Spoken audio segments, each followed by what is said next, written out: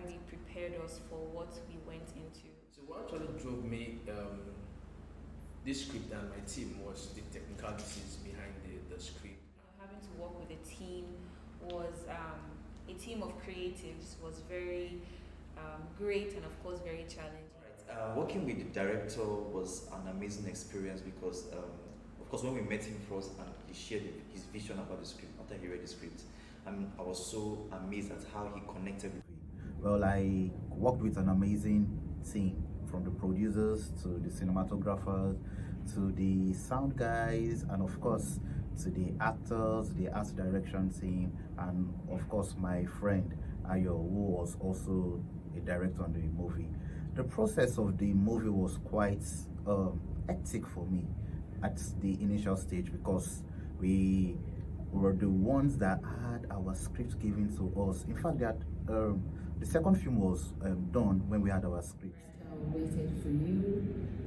Talking about my inspiration, it came from a space of losing someone close to you, and feeling that it's all a dream. It's not real. So you keep hoping for that possibility that this person is here with me. That never happened. The death never happened.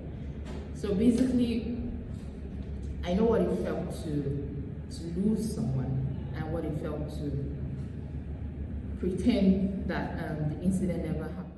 That was the story that resonated with me because I feel it's a story of passion, like I told some other people then, and it was something I could relate with. You know, in this part of the world, when we're doing things that are not very popular in quotes. First of all, the storyline is quite similar to my natural life because it was talking about a teenage who was into music and wanted to do music, but the father was not in support. Well, in my case, I'm not a teenager, but I'm into music. Then my father is kind of in support. Concerning the character switching from a male character to a female character, well, I would say I felt unsure at the beginning of the whole writing.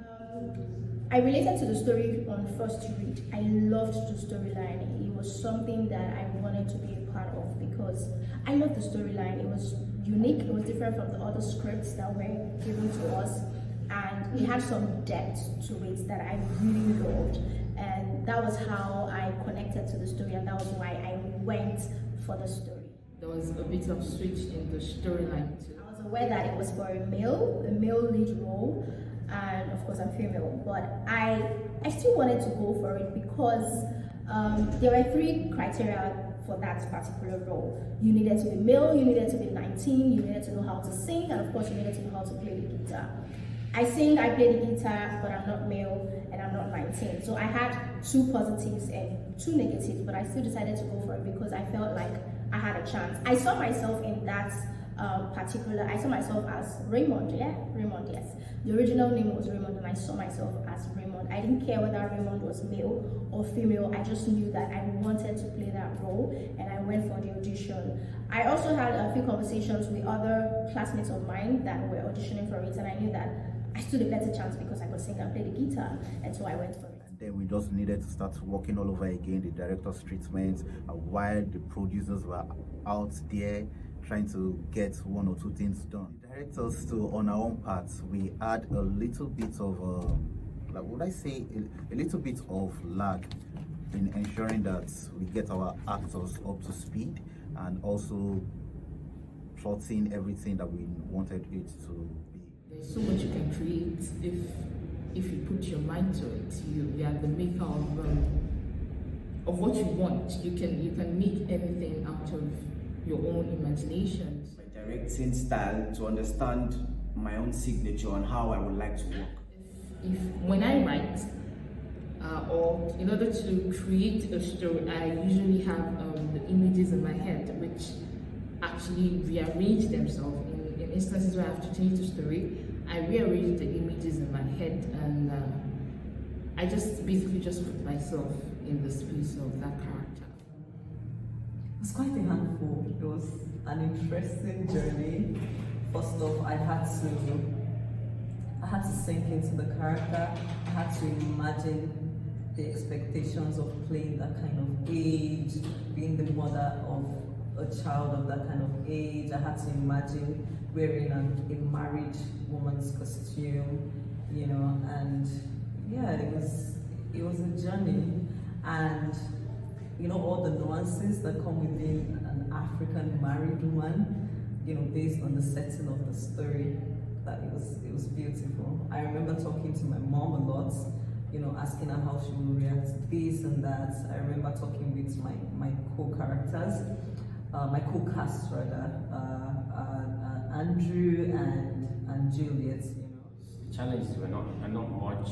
I just needed to be conscious of the fact that this is not me, and I need to sound like an older person. I had to play someone who's like 15 years older than I am, and it was kind of difficult. It took me on a journey of watching people older, watching videos, just talking to people about how does your 40-year-old, 49-year-old uncle, sibling, or whatever behaves and all that. So yeah, I had to put in the work of changing my voice, changing the way I look, and yeah, I changed a lot of things about Boman.